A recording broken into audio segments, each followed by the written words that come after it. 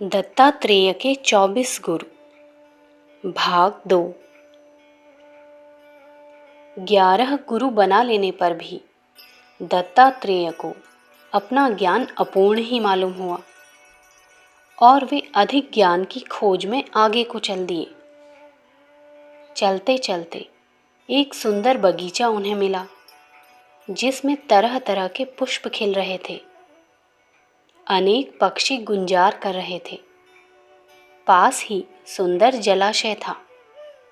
शीतल और सुगंधित वायु से उपवन बड़ा ही रमणीक प्रतीत होता था।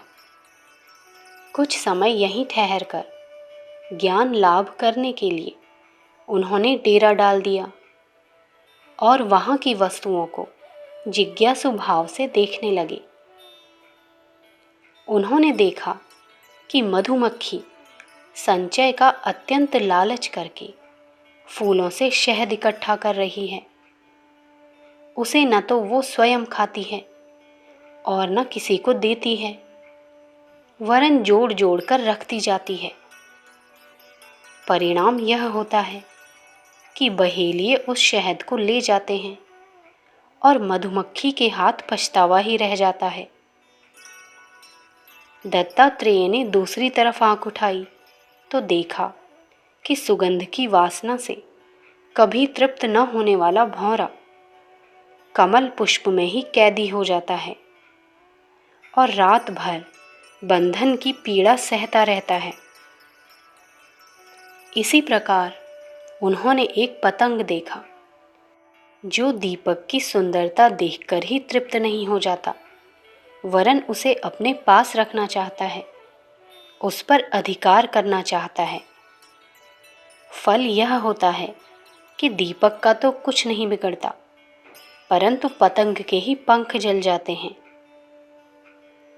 उन्होंने एक चील को देखा जो अपने घोंसले में बहुत सा मांस जमा करती जाती थी और इसे देखकर बाज आदि अन्य शिकारी पक्षी उसके घोंसले पर टूट पड़ते और सारा संग्रह किया हुआ मांस उठा ले जाते थे। ऋषि ने एक हिरन को देखा जो शिकारियों की वीणा का गाना सुनकर मुग्ध हो रहा था। उसे मोहित देखकर शिकारियों ने उसे पकड़ लिया और मार डाला। इसी तरह उन्होंने आटे के लोभ में मछली को जाल में फंसते और नकली हथिनी के साथ रमण करने की इच्छा करने वाले हाथी को गड्ढे में फंसकर पकड़े जाते देखा। इस सब को देखकर वे सोचने लगे, इंद्रियों की वासनाओं की गुलामी तथा काम, क्रोध, लोभ, मोह के चंगुल में फंसना प्राणी के जीवनोद्देश्य को नष्ट कर देता है। यह शिक्षा उन्हें मधुमक्खी, भौरे, पतंग, चील, हिरन, मछली और हाथी से प्राप्त हुई। इसलिए उन्होंने इन्हें भी अपना गुरु बना लिया। यहाँ से उठकर ऋषि आगे चले और देखा कि एक भील परिवार जन शून्य जंगल में रहता है और वहाँ भी उसे अन्न वस्त्र मिल जाता है। वे सोचने लगे, मनुष्य कल क्या खाएंगे, इस चिंता में मरे जाते हैं। वे इस भील से सीख सकते हैं कि परमात्मा के भंडार से हर किसी को नियत समय पर भेजा जाता है। उन्होंने उस भील को भी गुरु मान लिया। वन्य प्रदेश को पार करते हुए वे एक बड़े नगर में पहुंचे। नगर के बाहर एक बाण बनाने वाला रहता था। दूर दूर तक उसके शस्त्रों की प्रशंसा थी। दत्तात्रेय ने सोचा कि इसके बारे में भी जाने कि किस प्रकार यह इतने उत्तम बाण बनाने में प्रसिद्ध हो गया है। वे उसके द्वार पर पहुंचे और देखा कि चारों ओर बड़ा कोलाहल हो रहा है। बाजे और बारातें सामने से निकल रही हैं, पर वह बाण बनाने वाला अपने काम में दत्तचित्त है, किसी की ओर निगाह उठाकर भी नहीं देखता। इसी एकाग्रता के कारण वह इतने उत्तम हथियार बनाने में सफल होता है। उसकी एकाग्रता की शिक्षा लेते हुए दत्तात्रेय ने उसे भी गुरु भाव से प्रणाम किया। शहर में घुसने पर उन्होंने देखा कि एक वेश्या बार बार दरवाजे पर आती है और लौट जाती है। बहुत रात व्यतीत होने पर भी उसे निद्रा नहीं आती। दत्तात्रेय ने उससे पूछा, इतनी रात व्यतीत हो जाने पर भी तुम्हें निद्रा क्यों नहीं आती और किस लिए चिंतित हो रही हो?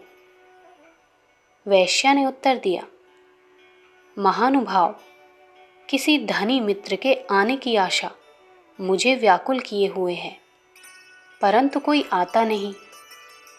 जब तक आस लगाए बैठी रहती हूँ तब तक नींद नहीं आती, और जब परमात्मा पर इसका भार डालकर निश्चिंत हो जाती हूँ तो नींद आ जाती है।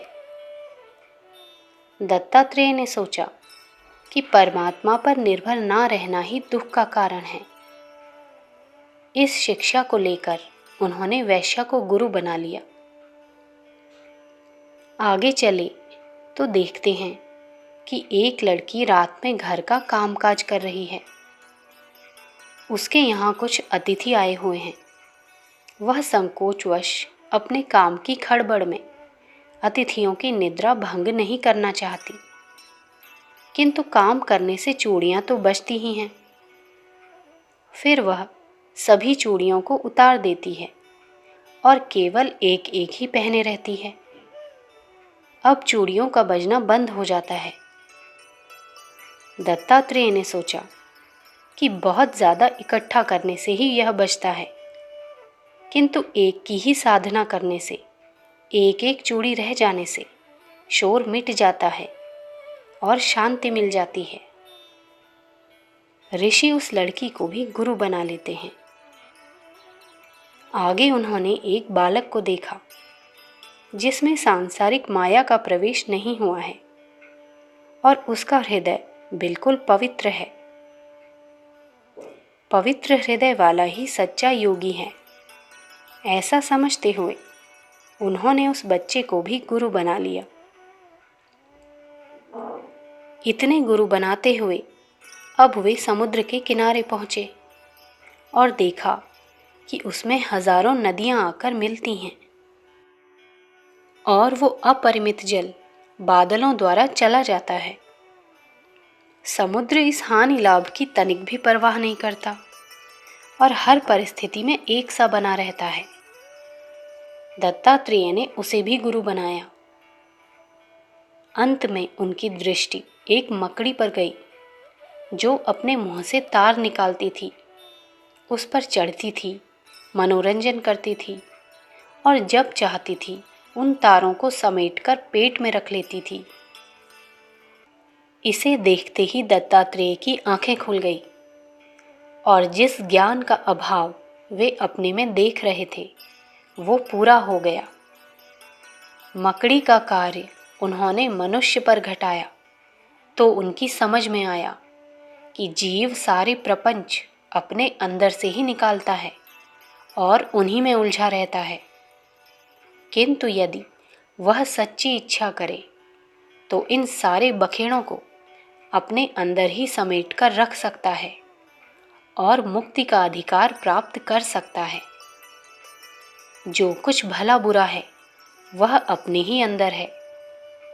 हम खुद ही परिस्थितियों का निर्माण करते हैं, किंतु अज्ञानवश उनका आरोपण दूसरों पर करते रहते हैं। दत्तात्रेय को अब पूरा संतोष हो गया और उन्होंने मकड़ी को 24वां गुरु बनाते हुए उसे नतमस्तक होकर प्रणाम किया और आश्रम को वापस लौट गए।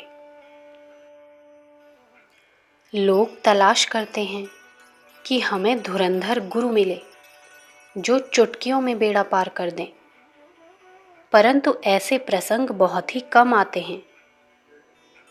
कभी कभी ऐसे उदाहरण देखे भी जाते हैं तो उनका वास्तविक कारण यह होता है कि उस विषय में शिष्य के पास पर्याप्त संस्कार जमा होते हैं और वे संयोगवश एक ही झटके में खुल जाते हैं।